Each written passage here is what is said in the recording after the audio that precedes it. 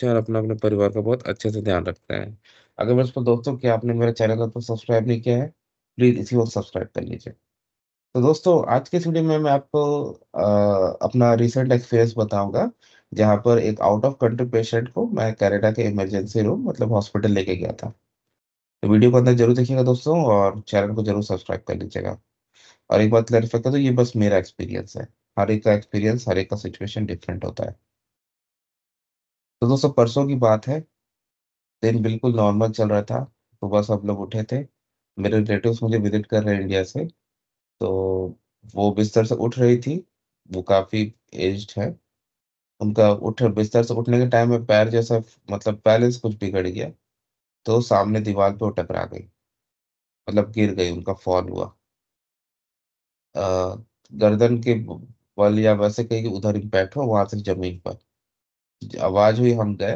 Luckily sir पे direct impact नहीं हुआ, इसलिए कोई ब्लीडिंग ऐसा कोई घटना नहीं हुआ। हम सब डर गए, कोई भी डर जाएगा। हमने उठा के वापस उनको बिस्तर पे रखा और फिर उनको कुछ आराम करने दिया।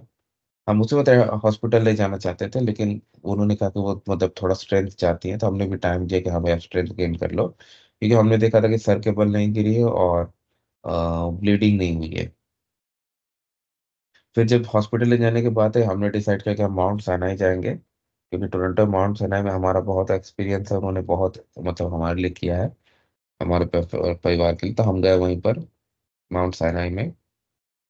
तो इमरजेंसी रूम में गए, तो हम लोग 3 लोग टोटल गए थे, लेकिन वहाँ पर एक ही विज़िटर अलाउ किया, एक पेशेंट के साथ। उन्होंने कारण बताया कि वहाँ पे भीड़ बहुत ज़्यादा आ रही है, ऐसे में अगर वो मल्टीपल विज़िटर्स अलाउ करेंगे, तो वहाँ पर बैठने की जगह तक नहीं रहेगी। अब इसमें हम क्या कर सकते हैं? मैंने बहुत रिक्वेस्ट किया बट उन्होंने नहीं अलाउ किया, तो मैं क्या कर सकता हूँ? घुसने में सबसे पहले रजिस्ट्रेशन करना होता है, तो मैंने वहाँ काउंटर पे जाके बोला कि वो 2 चीज़ बोला कि पहले तो वो कोई पे कवरेज नहीं है, दूसरा आउट ऑफ कंट्री है। तो उन्होंने मुझे फॉर्म दिया, उसमें कुछ सवाल पूछे कि कनाडा कब आए, कितने दिन से रह रहे हो, ये सब। मैंने फॉर्म फिल अप किया, उसमें अपना क्रेडिट कार्ड इन्फॉर्मेशन ये सब भी दिया ताकि वो लोग आपको बिलिंग कर सकें। तो ये सब हो गया उसके बाद अ, एक चीज़ मैं बोलूँगा दोस्तों कि मैंने जहाँ भी मैंने उनका ज़रूरत लगा, मैंने बताया उनको कि वो इंग्लिश ज़रा भी नहीं बोल पाती है। तो हॉस्पिटल का स्टाफ काफ़ी कंपैशनेट और केयरिंग था, मतलब काफ़ी पेशेंस भी था उनमें। तो एक एक सेकंड के लिए भी उन्होंने अनकंफर्टेबल फ़ील नहीं होने दिया उनको। मैं उनके साथ हर जगह जा रहा था क्योंकि जैसे मैंने बताया उनको इंग्लिश नहीं आती है। तो उसके बाद क्या हुआ कि जैसा प्रोसेस होता है वो वो मेन रजिस्ट्रेशन किया, उसके बाद हम बैठे।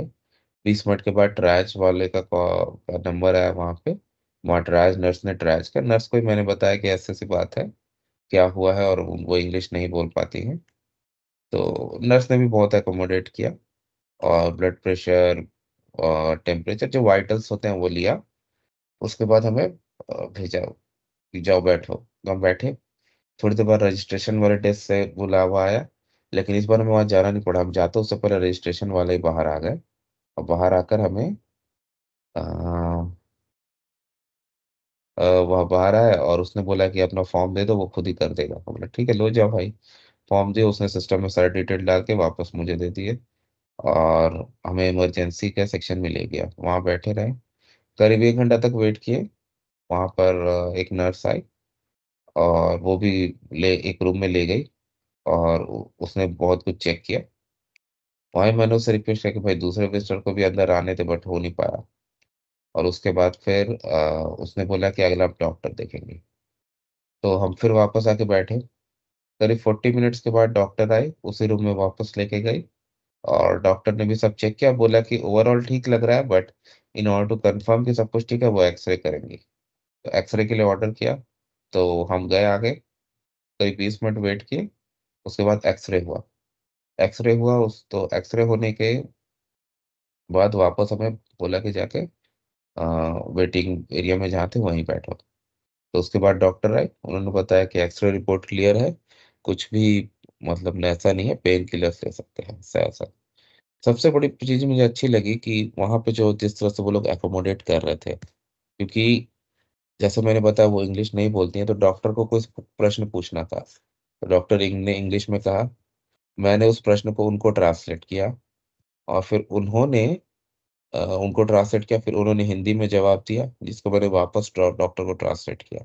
तो ऑब्वियसली टाइम लग रहा था, करेक्ट, सामने वाला जब आपकी लैंग्वेज नहीं बोले तो। लेकिन उन्होंने कहीं भी ऐसा रश और इस तरह का कुछ नहीं किया। बहुत पोलाइटली और बहुत अच्छे से एक्कोमोडेट किया, जो मुझे काफ़ी अच्छा लगा। और हाँ, टू बी ऑनेस्ट दोस्तों, जाने से पहले हम डरे हुए थे क्योंकि वेटिंग टाइम ज आजकल बहुत ज़्यादा है। लेकिन हमारा पूरा विज़िट 3 था आवर्स में रैप अप हो गया और हम वहाँ से फिर वापस आ गए। तो मेरा ये एक्सपीरियंस रहा दोस्तों। अगेन हर एक का दूसरा होता है, तो ये आपके साथ शेयर करना था। वीडियो पसंद आई आपको? चैनल को ज़रूर सब्सक्राइब कीजिएगा। Thank you.